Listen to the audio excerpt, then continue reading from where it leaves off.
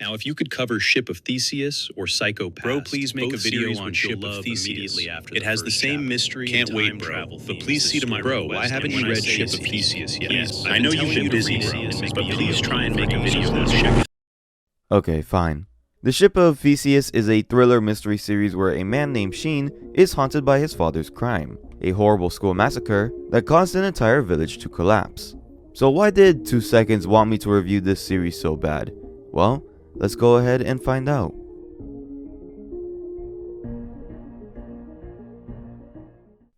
In Greek mythology, there is a hero named Theseus who returned from a voyage in a ship that had been replaced multiple times due to old and decaying parts. One by one, each piece was replaced until not a single original component remained. The paradox lies in a simple question. Was it still the same ship? And what about human beings? Every day inside the human body, 300 billion cells die and 300 billion more take their place. The things that make a person who they are today are the experiences, their memories, and their past. We're introduced to a man named Shin who wakes up in the middle of the night to check out for any articles talking about an infamous massacre that Shin's father committed. In the morning, Shin's pregnant wife, Yuki, comes out and asks Shin to play the harmonica for their baby. Yuki says that the baby will recognize Shin as the father through the harmonica. Yuki then suggests asking Shin's mom to move in with them, but Shin doesn't know if it's really a good idea, especially since she had a rule about not smiling in public. After people found out about Shin's father, their family was constantly harassed and bullied, and Shin's mother had to constantly apologize to keep Shin and his siblings safe. Yuki says that Shin could repay her for that, and that there must be things that she wants to do with her life, the same way that Shin wants to become a teacher. However, because of Shin's father, he doesn't think that he could ever become one. Yuki then reveals to Shin that she had been investigating the case, putting newspapers and magazine articles in chronological order. All the mysterious deaths and disappearance happened before the school massacre were all treated as accidents, but Shin's father, who was the local police officer, didn't think so. Before she could finish, Shin tells her to stop, that it doesn't matter anymore because he just wants to build on the happiness that they have now and protect it. Later that day, while Shin is working, he gets a call from Yuki saying that she's about to give birth. That night, Yuki gives birth to their daughter, Miku. However, Yuki dies in the process. At the funeral, Shin and his mother walk into the service, and Shin's mother warns him not to let anyone else see him cry. While they're inside, Yuki's parents resent Shin for being the son of a murderer and then blames Yuki's death on him. Yuki's father throws down a brand new article talking about the massacre, saying that they'll take Miku away from that environment. The article details the incident from 28 years ago. On June 24th, 1989, in the Hokkaido village of Ototsu, an elementary school sleepover turned deadly when 39 people were poisoned at dinner time. 21 of them died, including 16 children and 5 staff members. The police discovered that the orange juice served with dinner had been laced with cyanide. A man was arrested when cyanide was found in his home, and that man was 32-year-old police officer Bongo Sano, Shin's father. Back at home, Shin doesn't know whether to give up Miku or not, but while he plays the harmonica, Miku then begins to smile. This brings Shin to tears, and he begins to look into the article Yuki had been investigating. The first article is about Shin's sister, Suzu, falling from the roof of his home. Following that is a series of deaths and then disappearance, but below that, it says that Sano may have been falsely accused. The next day, Shin talks to his mother about his father. Shin tells her that he's going to see his father, and that if he's innocent, then no one would take Miku away from him. He leaves for an appointment with a lawyer, but first, he decides to go to Ototsu, which is now abandoned due to the incident. He visits the former site of the elementary school after it was demolished. Suddenly, the village becomes foggy. Shin can't see a thing, and then without warning, he falls and finds himself in front of the elementary school building. And even though I've said in the past that I don't really like time travel series, with Psychopath, Steins Gate, and Summertime Rendering still kind of fresh in my mind, I'm starting to feel okay with time travel series. Add a crime thriller aspect to time travel and I'll just eat it all up. That's pretty much how I've just been enjoying time travel. It's most likely going to be revealed that Sano didn't commit the crime and was just being framed, but let's see if they can prove me wrong. Shin gets up to see the elementary school standing, and it is snowing even though it's June. He runs around discovering that the village is populated. His phone doesn't seem to work, and everywhere he goes shows outdated town pages and posters. He goes to ask for help at a house, which turns out to be his old home. Shin then notices a girl buried under some snow. He takes her to the hospital, where he finds out that the girl that he saved was actually his sister, Suzu, according to the notebook Yuki made. A police officer walks into the hospital, and it turns out to be Shin's father, Sano. It's now that Shin realizes that he has time traveled back to 1989. Suzu is feeling better, and Sano wants to thank Shin, but Shin is being distant. Sano keeps trying to talk to him, but Shin wants nothing to do with him. In the lobby, Shin recognizes a newspaper delivery man who was the original person who saved Suzu. After another confrontation with Sano, Shin decides to just walk out the hospital, where he meets a little girl named Chinatsu. Chinatsu is the daughter of the director of the hospital, and she dies today by accidentally drinking poison. It was one of the unexplained deaths mentioned in Yuki's notebook, and even Sano investigated it for foul play. Knowing that she's going to die today, Shin goes into the storage room where Chinitsu found the poison. Shin takes it, but Chinitsu catches him and screams that he's a thief. As Shin runs away, the delivery man watches him. Shin goes into the woods and then pours out all of the poison so Chinatsu wouldn't drink it. But when he's walking out, he sees Chinatsu holding hands with Sano. We get a flashback explaining how Suzu is 12 years older than Shin and how his brother, Shingo, is 6 years older than him. Suzu would always say that their family was cursed by the fate. Suzu had a mole on her face that she was constantly made fun of for, so she got it surgically removed. However, a year later, she got frostbite marks on her face and was made fun of even more. And because of Sano's crime, they believe that they were cursed by fate. Shin tries to find Chinatsu and Sano in the mist, but can't find them. Shin is sure that he saved Chinatsu and tries to find answers in the notebook Yuki left him. The notebook reveals that in the same year as the massacre, there were other unexplained accidents.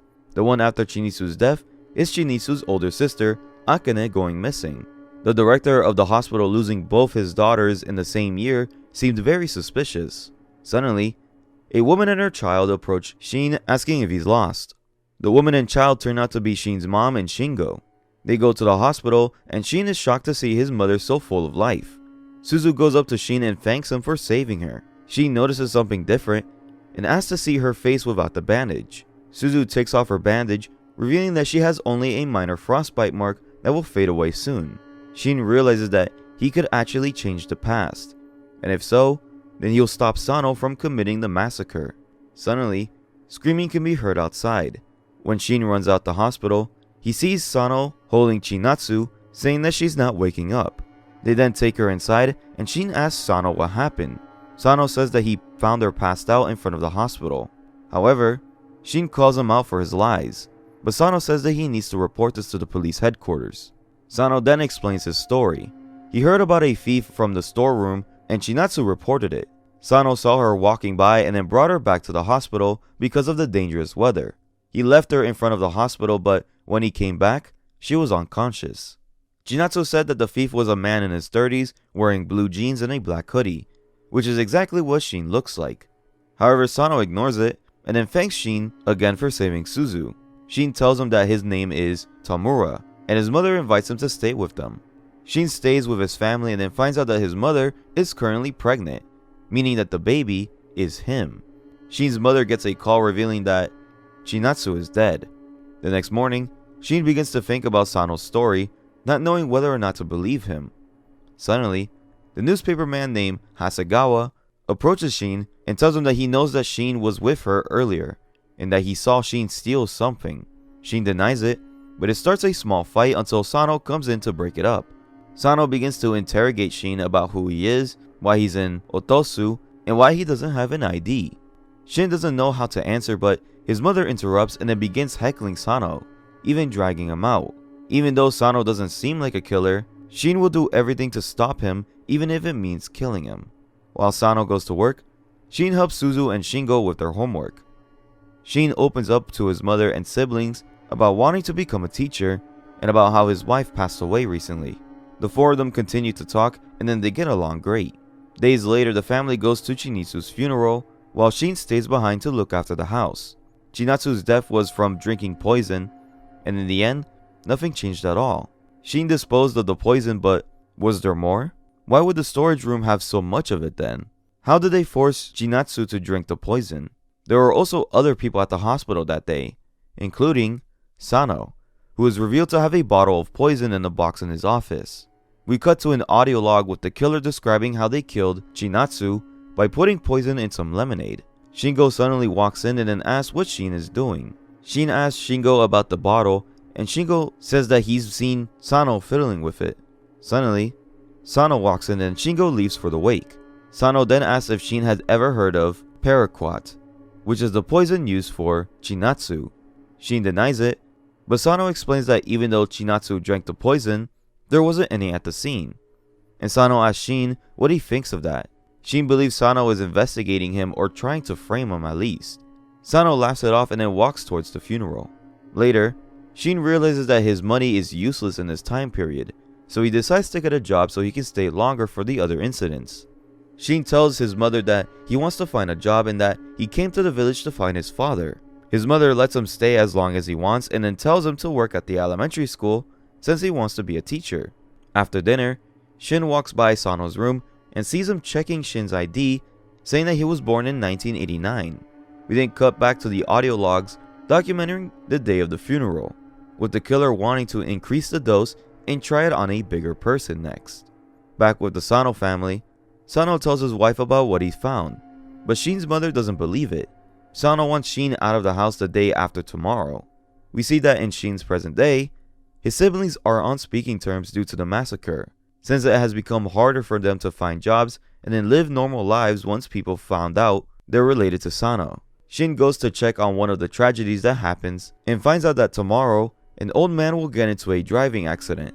The old man is the father of Satsuki, a teacher and one of the victims of the school massacre.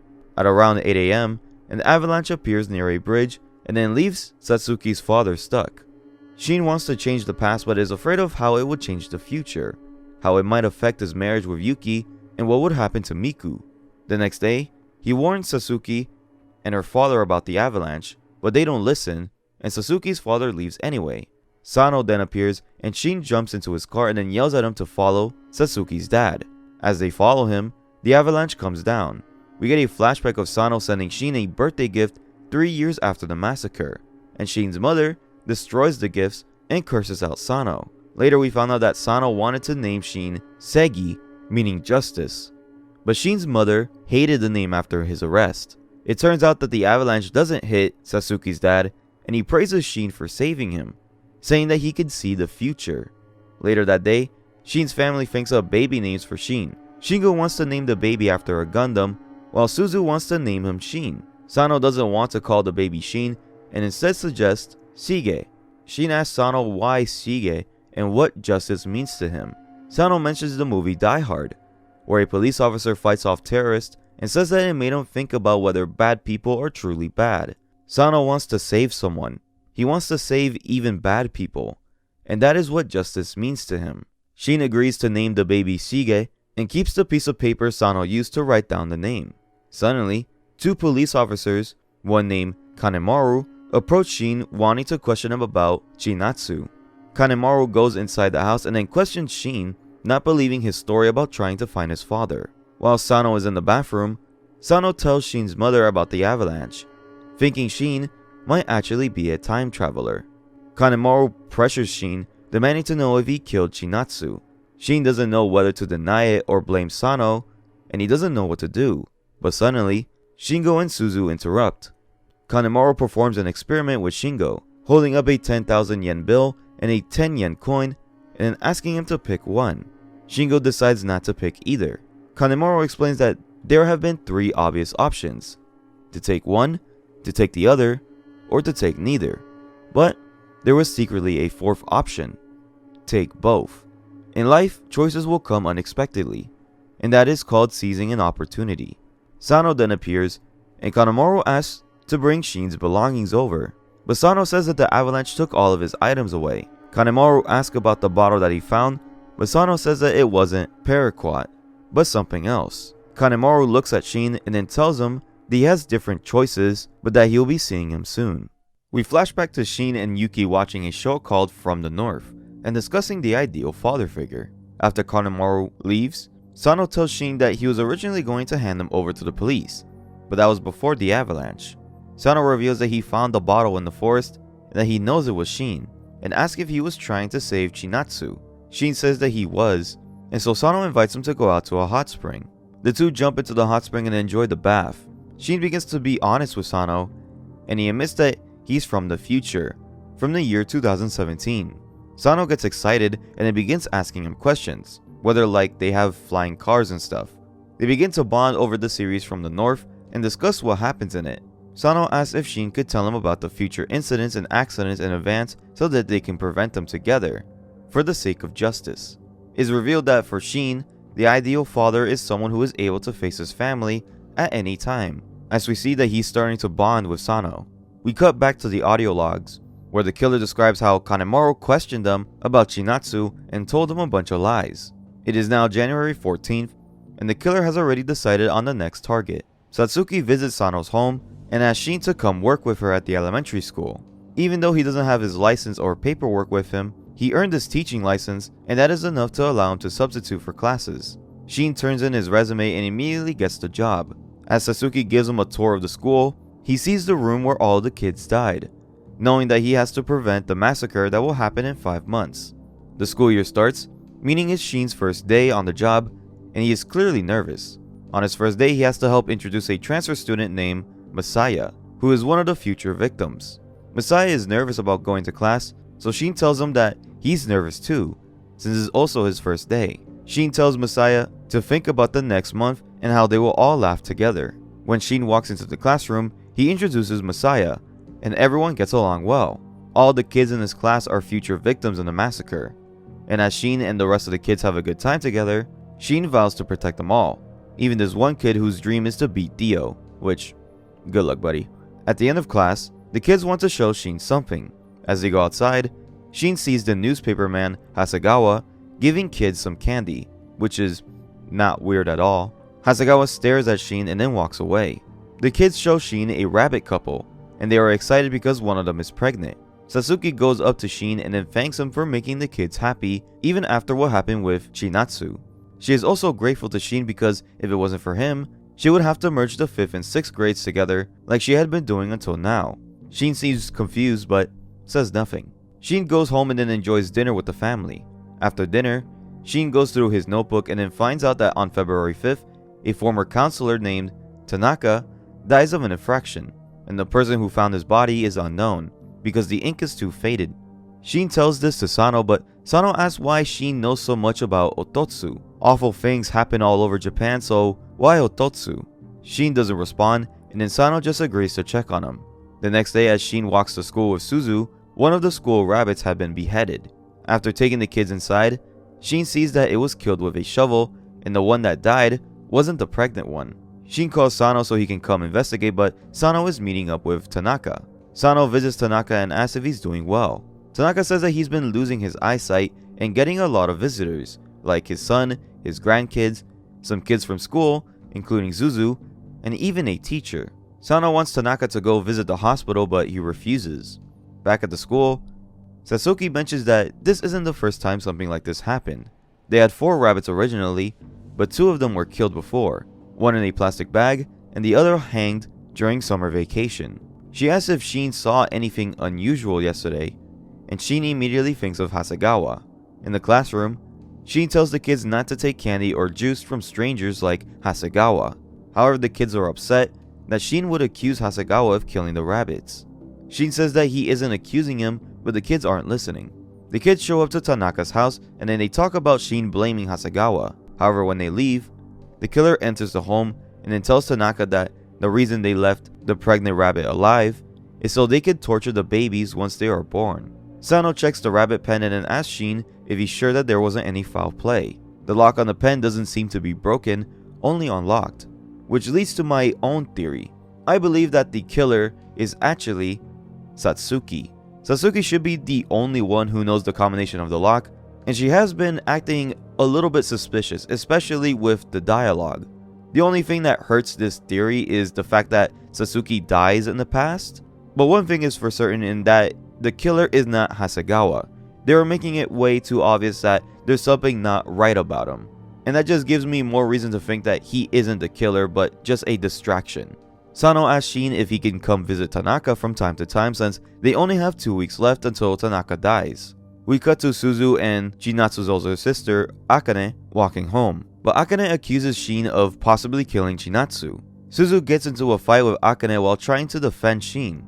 Meanwhile, we see Shin convincing Tanaka not to go to the hospital, but instead to have a doctor come to him. Later that day, Suzu and Shin walk home when Suzu starts talking about Akane, saying that she should just die. Shin freaks out at her, saying that she shouldn't say that, but Suzu runs away. The audio log continues with the killer describing the days Tanaka gets visitors. One day, Shin and Sano look through some of Tanaka's poems and then ask who helps him write them down. However, when they turn to a certain page, it reveals a drawing of 2 girls in the forest, one crying and the other dead. The next morning, all the kids have turned their backs on Shin, accusing him of killing Chinatsu and stealing the poison from the storage room. We then cut to February 5th. Before Shin leaves with Sano, he goes up to Suzu and apologizes for his actions, but also tells her to apologize to Akane as well. As Shin and Sano head out to visit Tanaka, we see that the killer has already acted, as someone is locked inside a shed. Shin and Sano arrive and Shin tells the doctor to stay longer, but the doctor and Tanaka's own son tells him that they don't even need to stay that long. Suddenly, they get a phone call from Shin's mom saying that Suzu hasn't come home yet. Hours later, they get a knock on the door, and it's Akane's father asking if they know where Akane is. Shin realizes that the drawing could be Suzu and Akane. The group goes out looking for them, and Shingo and Shin's mom join the search party, but Akane wasn't supposed to go missing until March. We cut to Akane calling out for help in the shed. She looks through a hole and sees an eyeball staring back at her. Akane asks why they're doing this and says that she wants to leave, but the person tells her that she can't because it's her punishment unless she promises to do anything.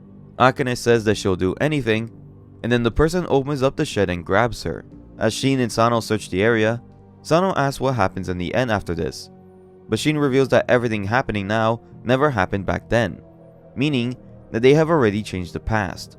Back with Akane, we see her naked on the ground and it is revealed that Hasegawa was the one who kidnapped her. He tells her to keep it a secret or else the Oniri-sama will get angry, which is an urban legend that the kids fear at school. When Hasegawa leaves, Akane hears someone calling out to her, saying that they're going to help her. Shin continues searching and then runs into Hasegawa.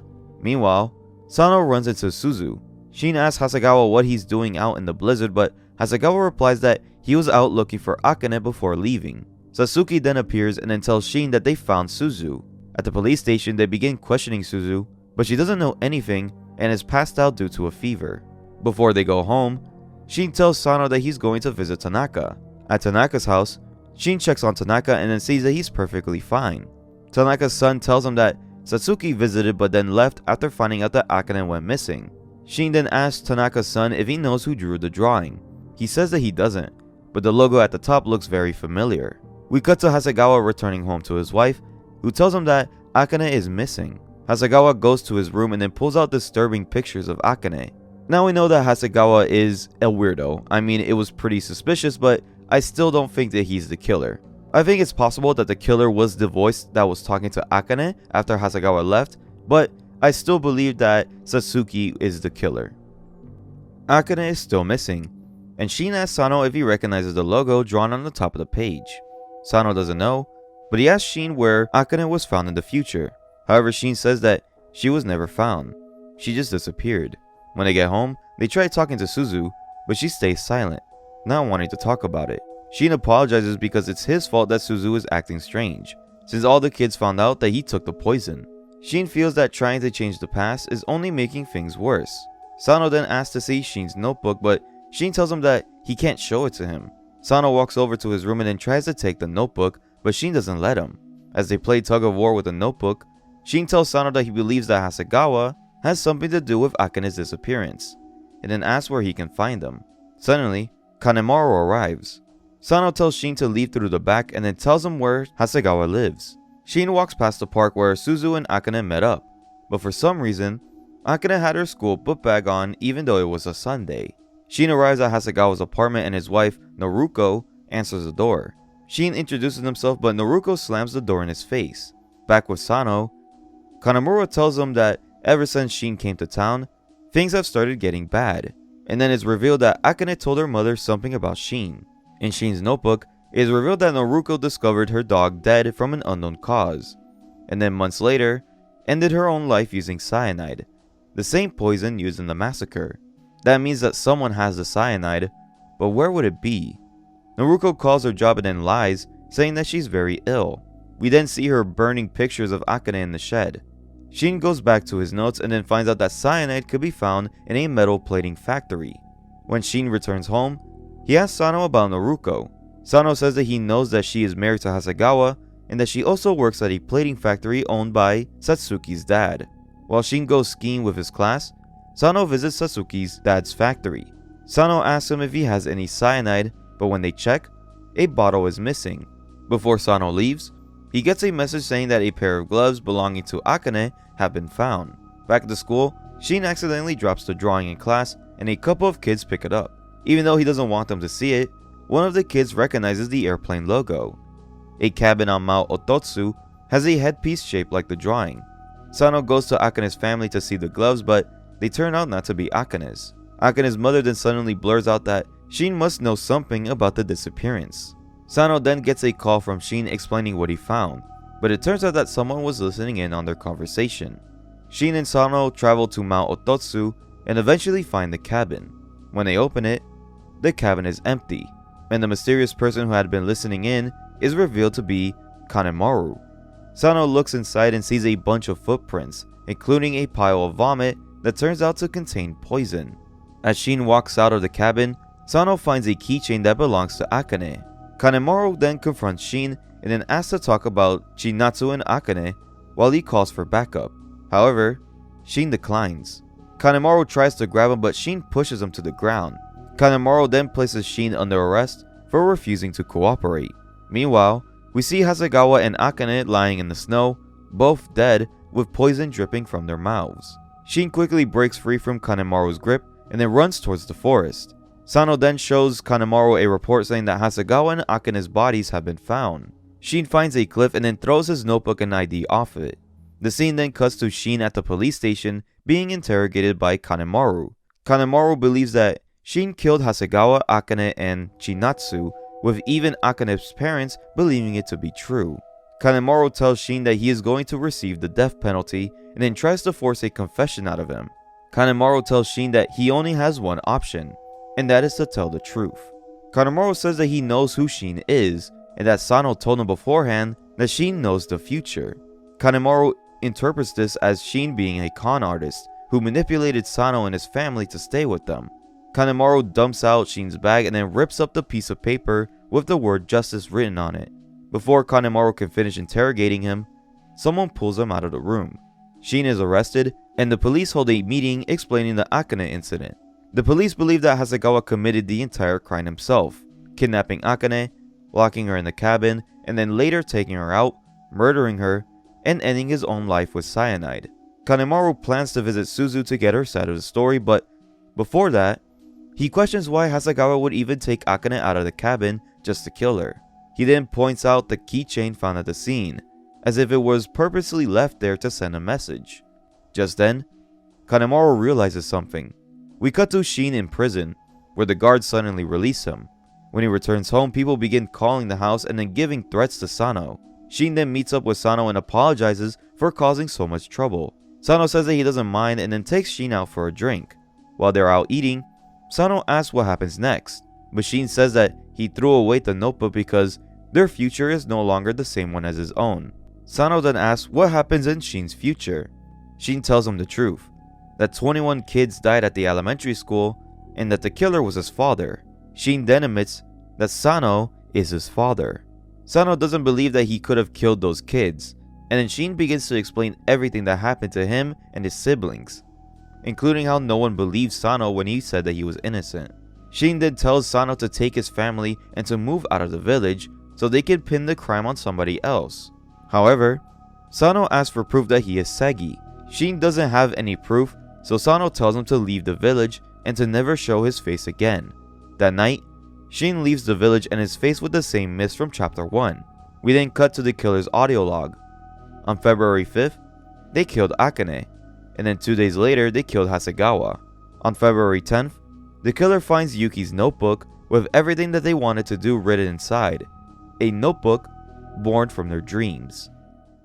Shin walks through the fog and returns to the present. He immediately goes online to check what happened, but the elementary school massacre still occurred, and Sano was still blamed for it. However, the date of the massacre is different, and the cyanide was mixed into a different drink. The biggest difference is that Shin's mother, Kazuko, attempted a murder-suicide. She died alongside Shingo, while Suzu and Shin survived.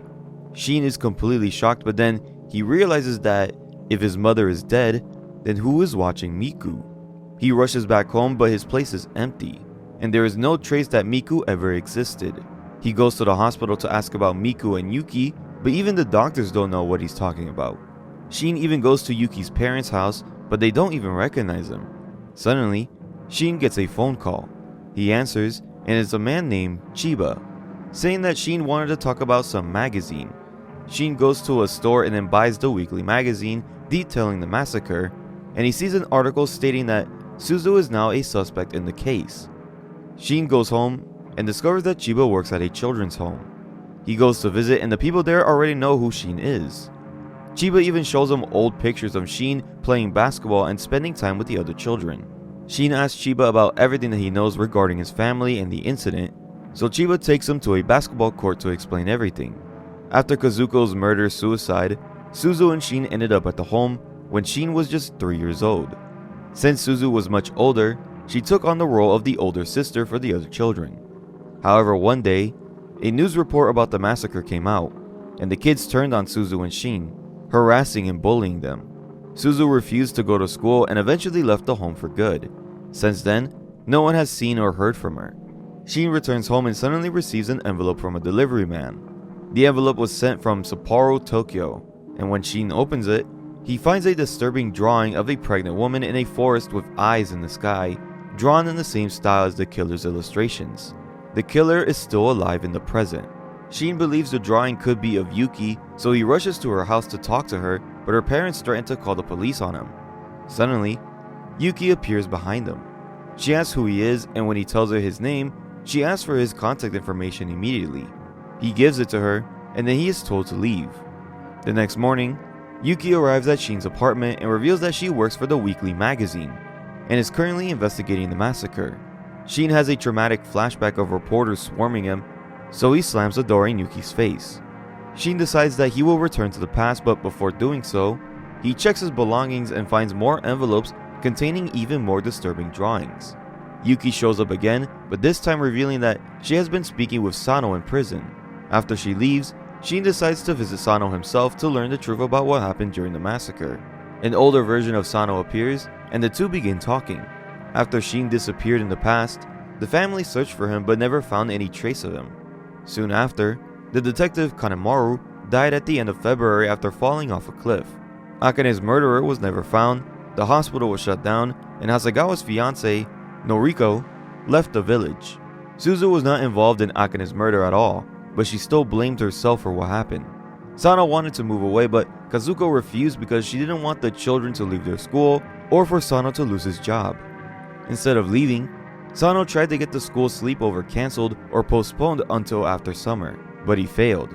So on June 24th, Sano kept Suzu and Shingo from attending the sleepover and instead went to stand guard himself. The night passed without any incidents, but the next morning, children began dying when cyanide was discovered in the milk served at breakfast. The police later found cyanide in Sano's home and he was arrested. Visiting time ends, but before Shin leaves, Sano tells him that Suzu visited him not long ago and that she was pregnant. We then cut to the killer recording another audio log. June 24th. Today is the long-awaited school sleepover. There will be a campfire, fireworks, a sing-along, and at night, a test of courage. Then everyone can go to sleep together. Sweet dreams. That night, Shin stays at an internet cafe and continues researching the differences in the massacre. He realizes that not only are the dates different, but the victims have changed as well. Some students who originally died survived this time, including Satsuki, while others who died were from a younger grade. The next day, Shin tells Sano about the drawings he received and that they were sent from Sapporo, which is where Suzu is currently living. It was also the first time Suzu had visited Sano, but something felt off. She didn't look like herself at all. Shin then travels to Sapporo and then goes to Suzu's house, but she isn't home. As he's about to leave, Suzu suddenly appears behind him, looking completely unrecognizable. They hug and catch up, discussing how she had to change her name and undergo plastic surgery so no one would know that she was related to Sano. They exchange contact information and part ways. Suzu enters her house where her husband is waiting. He asks where she has been, and Suzu explains that her younger brother came to visit. Her husband says that he would have liked to have met him, and he also mentions that he thought Suzu had said that she was an only child, but Suzu brushes it off. Her husband asks her to invite Shin over for dinner, but Suzu says that he probably wouldn't even come. However, her husband questions why she doesn't want him to meet her brother or her friends. Suzu eventually agrees to invite Shin. She texts Shin, inviting him over for dinner, and Shin replies that it sounds good, and suggests that they should also visit their father together. We then cut to Sano in prison with his lawyer, who informs him that Noriko has come forward and wants to help clear Sano's name. The next day, Suzu and Shin meet and visit Kazuko's grave. Shin asks if the murder-suicide really happened, and Suzu confirms that it did. Suzu asks to see Shin's face, so he removes his mask. She is stunned for a moment and says that he looks very familiar. Suzu vaguely remembers that day. She recalls that when Sano was arrested, he turned it into a game of hide and seek, and after they left the village, Kazuko gave Shingo and Shin sleeping pills and then burned charcoal in the bathroom. Everyone fell asleep, but only Suzu and Shin survived. Suzu tells Shin that her husband can never learn about her true identity. She must remain as Ai Maruta forever. She then tells Shin that they should never meet again. Later, Suzu and Shin visit Sano together. Sano tells him that Noriko is planning to testify that she took the cyanide and has additional evidence that could help with a retrial. As Suzu and Shin walk home, they run into Suzu's husband, Mikio Kimura, and his mother. Shin has a strange feeling that he's met them before in the past. Kimura and his mother also feel like they have met Shin before, but they invite him over for dinner. They return to the apartment and Kimura properly introduces himself to Shin, as it seems like they're getting along. Suddenly, Shin gets a call from Suzu, so he excuses himself to answer it. He steps into another room and Suzu tells him to leave and not get involved in any of this anymore. While on the call, she notices a picture frame showing Satsuki and her class, including Suzu. Kimura enters the room and explains that that picture was taken 28 years ago, and that he was there at the sleepover. In fact, he even spoke to the killer that night. Mikio's real name was Kato, so during the sleepover, Kato woke up to use the bathroom, but instead ran into Sano, who wished him good night. The next morning, Kato drank the cyanide, which left him unconscious for days. He survived but became paralyzed. Shin suddenly realizes who Kato is and that his mother is actually Satsuki, who adopted Kato after the incident. Before Shin leaves, Kato invites him over to the memorial service on June 24th in Ototsu, but Shin says that he'll see if he can even make it. As Shin leaves, he asks Suzu why she would marry Kato. Suzu explains that she reunited with Kato years later while working as a caregiver, and she could tell that he was still suffering from the incident, so she felt obligated to atone. Shin believes that she is making a huge mistake by hiding the truth from Kato, especially since she's pregnant with his child, and he vows to prove Sano's innocence. However, it is very difficult for Shin to investigate the case without people discovering that he is Sano's son. So, he decides to contact Yuki again. We get a flashback to when Shin and Yuki went to the beach. After Yuki loses her grandmother's ring, Shin proposes to her. Back in the present, Shin and Yuki meet at a cafe. Shin asks Yuki about someone coming forward to help with Sano's retrial. Yuki reveals that it is Noriko, so Shin tells her that Noriko will be meeting with Sano's lawyers in Sapporo after the memorial. While Shin asks Yuki to meet with Noriko, Satsuki is sitting behind them, secretly listening and recording their conversation. Yuki agrees to help, and Shin tells her that his older sister Suzu will also be there, but under a different name. After leaving the cafe, Shin texts Suzu that he will be attending the memorial, but not with her. At the same time, Kato receives a message from Satsuki. Suzu and Kato finish praying together, but Kato admits that he didn't pray for anything. He describes a feeling where he gets what he wants, but when he looks closely, it isn't quite how he imagined it. It's the same, but also not the same. Just like the Ship of Theseus.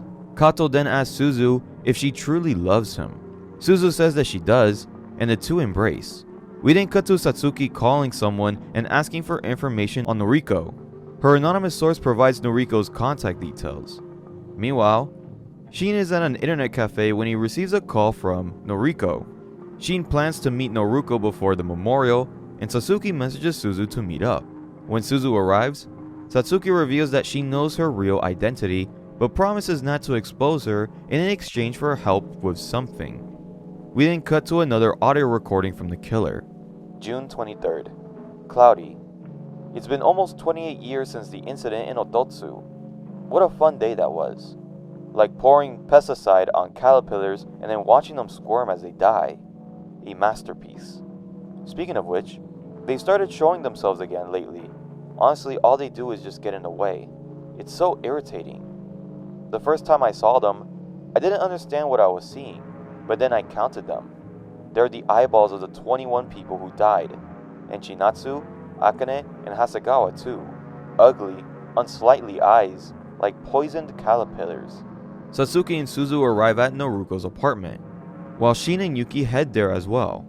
The recording ends with, "I can hear them whispering as they stare at me. Kill more. Kill more." Satsuki wants to stop Noruko from testifying and revealing new evidence, believing that Sano deserves to be remain convicted. She manipulates her way into Noruko's apartment, where Suzu learns that Sano's health has been worsening. Suzu asks Noruko what she knows about the incident, and Noriko reveals that she knew about the poisoning before it happened. After Chinatsu's death, Noriko's husband Hasegawa forced her to steal cyanide from Satsuki's warehouse. Not long after, Akane's disappearance was reported. Hasegawa returned home claiming that Akane was already dead and that he had been misled, saying, "No one said anything about killing her." The next day, Hasegawa and Akane were found dead. Noriko denied everything to the police, but later realized that the cyanide used in the massacre was not the same one that she had stolen. For days, Noriko felt like she was being watched, but Satsuki interrupted her, saying that even if she admits to stealing the cyanide, it still won't be enough to prove Sano's innocence. But suddenly, Noriko reveals that she witnessed Detective Kanemaru being killed by the real murderer. On February 26, Noriko was on Mount Ototsu when she saw Kanemaru speaking with someone about Akane's death. Kanemaru admitted that he didn't know who the killer was, but believed that they were an amateur. The killer became upset and started laughing, saying, "Can you look at this and still call the killer an amateur?" As they showed Shin's notebook to Kanemaru, detailing all the future murders. The notebook even stated that Noruko would take her own life on April 6 by cyanide poisoning. The killer claimed that they found the notebook near a cliff, where all the eyes are, and when Kanemaru looked over, the killer pushed him to his death. Noriko fled the scene and never returned to Ototsu. Back with Shin and Yuki, Shin asks why Yuki became a reporter. Yuki explains that she originally wanted to be a teacher, but after reading an interview with Kazuko, Shin's mother, she felt that uncovering the truth behind the incident would bring peace to both the victims and Sano's family. Shin then asks if she's married. Yuki reveals that she is divorced and has a 3-year-old son. Shin realizes that Yuki is living a completely different life now, but for her, it may be for the best. Back with Suzu, Naruki explains that she returned to Ototsu to see whether the incident would still occur on June 24th, but when nothing happened, she left again. She never told anyone about the notebook because she believed that no one would take her seriously. Noriko says that she doesn't have much time left, so she wants to spend all what remains of her life revealing the truth, and above all, apologizing to the Sano family. Suzu asks if she saw who really killed Kanemaru, but Noruko says that she didn't, though she has her suspicions, especially since someone used to call Hasegawa frequently, and the voice sounded very familiar. Noriko serves them tea and then goes to retrieve a photograph of the killer with Hasegawa. While she is gone, Satsuki suggests poisoning Noruko's tea and then threatens to expose Suzu's true identity if she refuses. We then get a flashback of Satsuki visiting Suzu's house after learning that Suzu and Shingo wouldn't be attending the sleepover. Satsuki had asked to use the bathroom, and in the present, Suzu realizes that Satsuki may have planted the cyanide in their home. Suzu confronts Satsuki, accusing her of being the killer, but after a moment of silence, Satsuki denies it, saying that she was also a victim and still suffers from seizures because of the incident. However, Satsuki then admits that she knows who the real killer is, and she whispers the name in Suzu's ear. Satsuki tells Suzu that tomorrow, at the memorial service, a lot of people are going to die, just as Naruko walks in with a picture of the killer. Satsuki looks at the photo and confirms it. Suzu panics, runs out of the apartment building, and then meets with Shin and Yuki outside. She begs Shin for help as she begins to bleed out. Shin rushes Suzu to the hospital, and moments later, the doctors inform them that both Suzu and the baby are healthy. However, Suzu breaks down in tears and says that she wants to abort the child. Back with Satsuki, she asks for some cream puffs. So while Naruko goes to grab plates, Satsuki pulls out a knife and then begins to stab her, killing Naruko. Satsuki then calls a mysterious person, telling them what happened and saying that she's leaving the rest to them. She crumbles up the photo and swallows it, and then proceeds to stab herself before calling the police to place the blame on Suzu. Back at the hospital, Suzu tells Shin everything, including the identity of the killer and the planned attack on the memorial. Shin tells Yuki to stay and look after Suzu while he goes to warn Naruko. When Shin arrives, a crowd has gathered outside the apartment building talking about Naruko's stabbing. Shin quickly tells Yuki that Naruko is dead and instructs her to go to the police with Suzu and tell them everything, while he plans to confront the killer alone. Suzu begins recalling fragments of the past and then asks Shin if they've ever met before, but Shin tells her that it's impossible. Meanwhile, Satsuki is in the hospital when she receives a visit from the killer. She asks for a drink, and the killer gives her an orange juice that appeared to be laced with poison. Shin heads to Ototsu and finds the location where the memorial service will be held. He waits for the killer to arrive, but suddenly, hears someone approaching. As sticks crunch nearby, Shin shouts for the person to reveal themselves and asks if they're alone. The killer responds that he's not alone. He wants someone to witness everything, and then reveals that he's holding eyeballs in his hands. The killer explains that he wanted his mother to see the end of the world. Kato says that the students in his class love Satsuki, and that Shin should know that, since he was there too. From Kato's perspective, floating eyeballs urge him to kill Shin. Shin tries to question him, but Kato ignores it, and instead demands to know how Shin traveled back to the past, revealing Shin's old ID. When Shin refuses to answer, Kato pulls out a knife. Shin then reveals that he called the police just before arriving, and suddenly, a thick mist appears. Kato uses it to try to stab Shin in the ribs, and they begin to fight within the mist. Kato eventually pins Shin down, just as the police arrive. Kato escapes, and Shin attempts to chase him, but the mist completely engulfs him, causing him to be transported back to the past. As Shin walks away, he collapses to the ground, bleeding out, and when he wakes up, he finds himself in the hospital, where Sano warmly welcomes him back. Now, I was technically right and wrong in thinking that Satsuki was the killer, and I'm not mad about it. However, it sort of doesn't make any sense. Now, I'm not saying that a 5th grader can't poison a bunch of people, because that is totally possible, but you're telling me that this little kid not only manipulated Hasegawa, who's a grown man, but also talked to Kanemaru at eye level about the murders of Akane and Hasegawa? Because why would you even talk about an ongoing investigation with a 5th grader? To me, it just doesn't sound realistic. It just seems kind of weird. Shin tells Sano everything that happened, including who the killers are. Shin's family enters the room, relieved to see him alive. After leaving the hospital, Shin and Sano immediately head to Kato's house.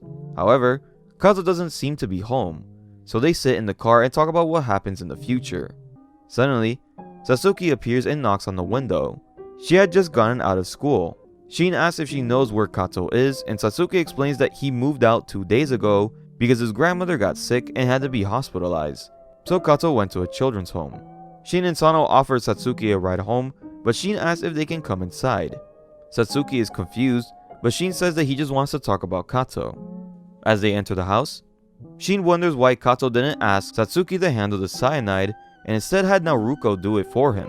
If they were truly accomplices, it would have been so much easier. As Sano is about to drink some tea Satsuki prepared, Shin suddenly smacks it out of his hand. Satsuki quickly brings a towel, and then Sano realizes why Shin reacted that way. Shin continues investigating the house, questioning everything and looking for clues. But Sano stops him, pointing out that at this point, Sasuke hasn't done anything to justify searching her home. Before they leave though, Sasuke gives Sano information about the children's home Kato went to. As they drive, Shin and Sano discuss why Sasuke would even be involved in Kato's plan. They arrive at the children's home where the owner tells them that Kato just left with a family member, his uncle, who is actually Kato from the future. Shin asks for the uncle's contact details and the staff goes to retrieve them. Sano tries calling the number but it's not in service. They then try to contact the hospital, only to be told that Kato's grandmother is perfectly fine and hasn't had any visitors. On top of that, the hospital had no record of Kato having an uncle at all. The scene then shifts to Kazuko preparing dinner and asking Suzu to go next door to borrow some vinegar. As Suzu walks outside, she gets the unsettling feeling that someone is watching her, which turns out to be Kato. Suzu is terrified and she runs back home, saying that she's scared of something. Moments later, Shin and Sano arrive, and the family hold a small celebration for Shin. After dinner, Sano reveals that he's still trying to cancel the sleepover, but Shin argues that it would be a lot better if they just leave the village altogether. Sano refuses, saying that he won't turn a blind eye just for his own happiness. The story then cuts to Kato's younger self speaking with Tanaka, the blind old man. Kato prepares coffee for him, but before Tanaka can drink it, he brings up the dead rabbits at Kato's school. Tanaka recalls that the killer used poison on the rabbits and then directly asks Kato if he's responsible, all while future Kato stands silently behind him.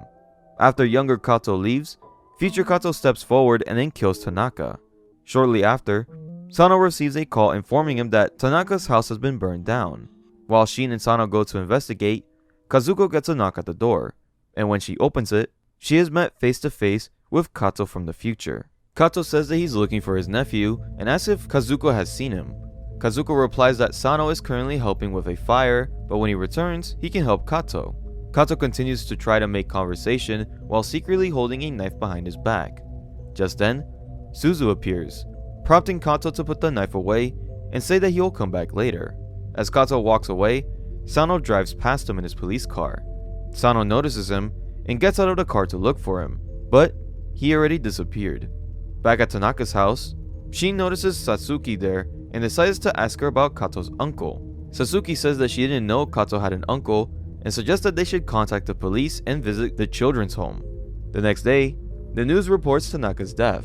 Kazuko tells Shin and Sano about Kato appearing the previous night. They're both shocked, realizing that the both versions of Kato are now in the village. Shin and Sano head to Kato's house, where the landlord lets them in. As they search the place, Sano notices that the water in the bathroom is still warm, meaning someone was recently there. Meanwhile, Shin finds a class photograph where every student's face has been punctured except for Kato and Suzu's. He then discovers voice recordings of Kato documenting everything that he has done. Sano decides it would be best if his family left town for a while Shin goes back to Sano's house to search for the hidden cyanide. Shin informs Kazuko of the situation and he begins to search, but instead of finding cyanide, he finds a time capsule. At the police station, Sano speaks with an officer about Kato. The officer accidentally drops a case file related to Akane. He mentions that Kanemaru had noticed something unusual before his death, specifically a strange bruise on Akane's neck. At first, it didn't seem very suspicious, but Kanemaru began questioning who actually caused the bruise. Sano returns home and the family spends time together, having dinner and enjoying each other's company before Kazuko and the children leave. That night, Shin asks about the time capsule buried outside. Kazuko explains that they had been moving so frequently due to Sano's job, so they bury a time capsule and dig it up whenever they return. However, they decide to have Shin place something inside as well.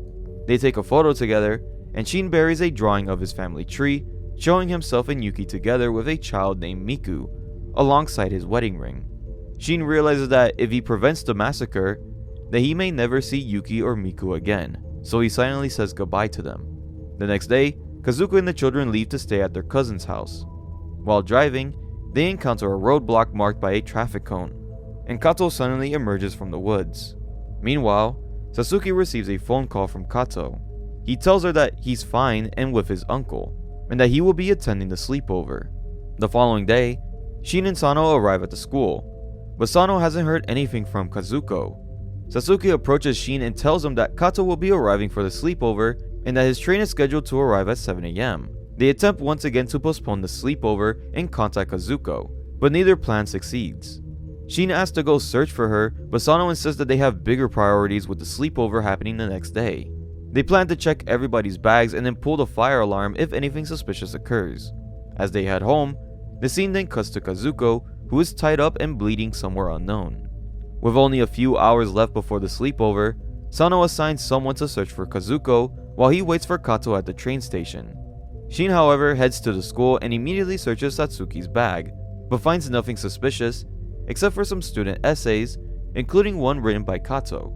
Kato's essay talks about how he used to dislike spring, but after moving to the village, he found everyone very kind and caring, and he even made some friends.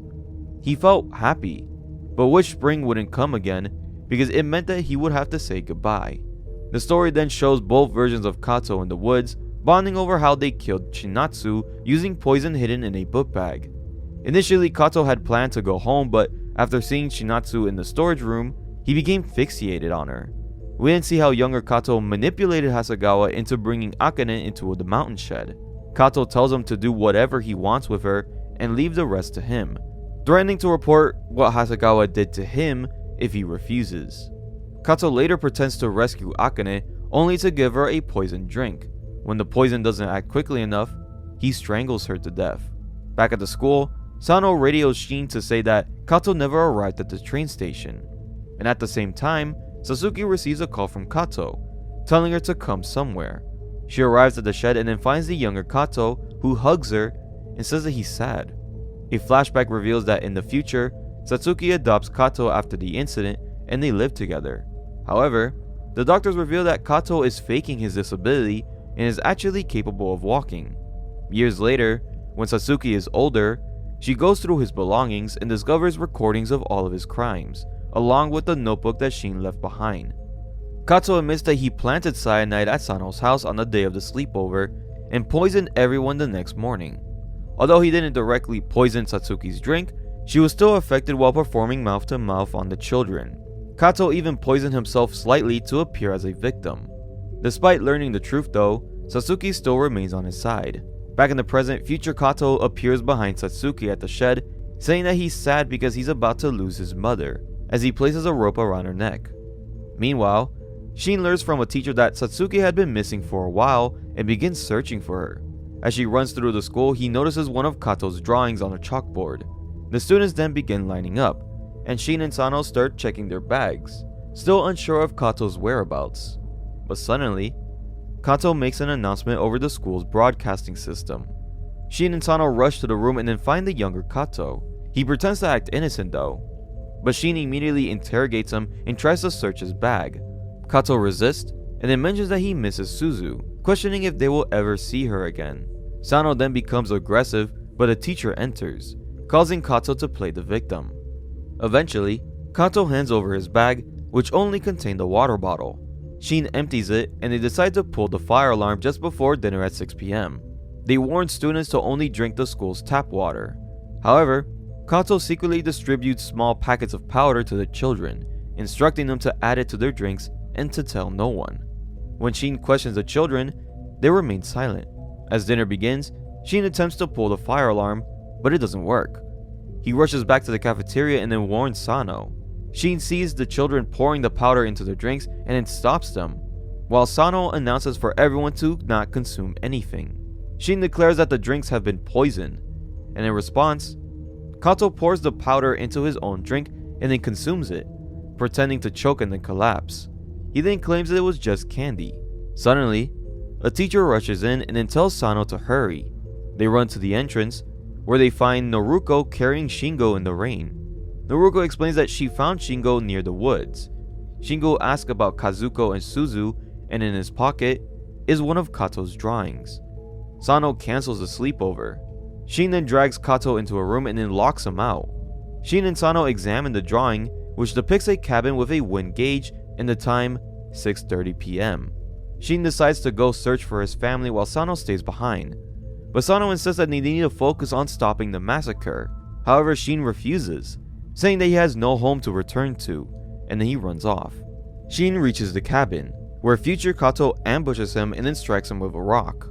Shin awakens inside the cabin, bleeding and handcuffed, with Sasuke laying dead nearby. Outside, he sees Kato pouring gasoline around the shed. Kato then lights a match and then tells Shin that he is no longer interested in a massacre. He only wants Suzu, specifically the original one. A flashback shows Kato transferring to the school and meeting Suzu for the first time, who tries to befriend him by adding an umbrella and frogs to his drawing of rain. That night, Kato dreams of a world where only he and Suzu existed. Kato killed Akane for Suzu's sake, unable to forgive her for making Suzu cry. He even left the S keychain as a message to her.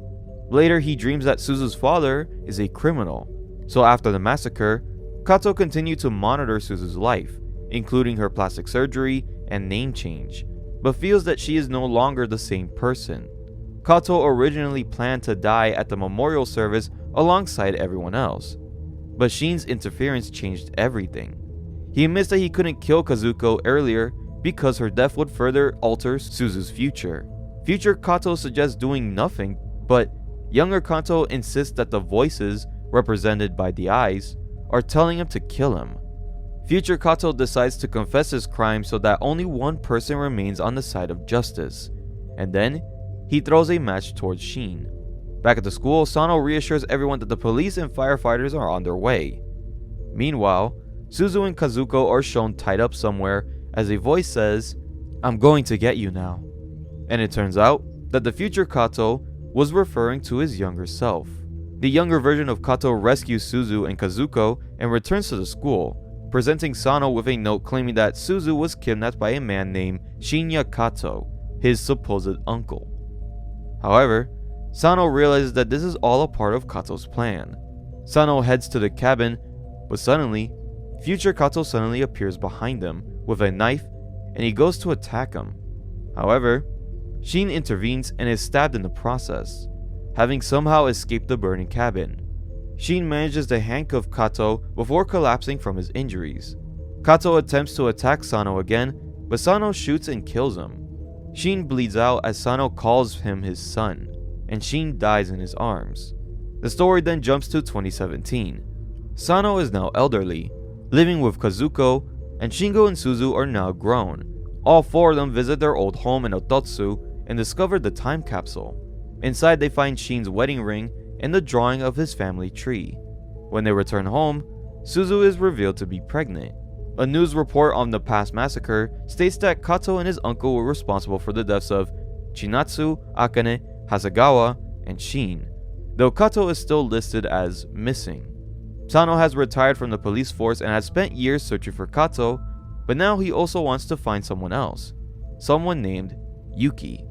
From the time capsule, they recover a digital camera, and Shingo develops the photos. One image shows Shin from the past, and the family is shocked by how similar he looks to the present-day Shin.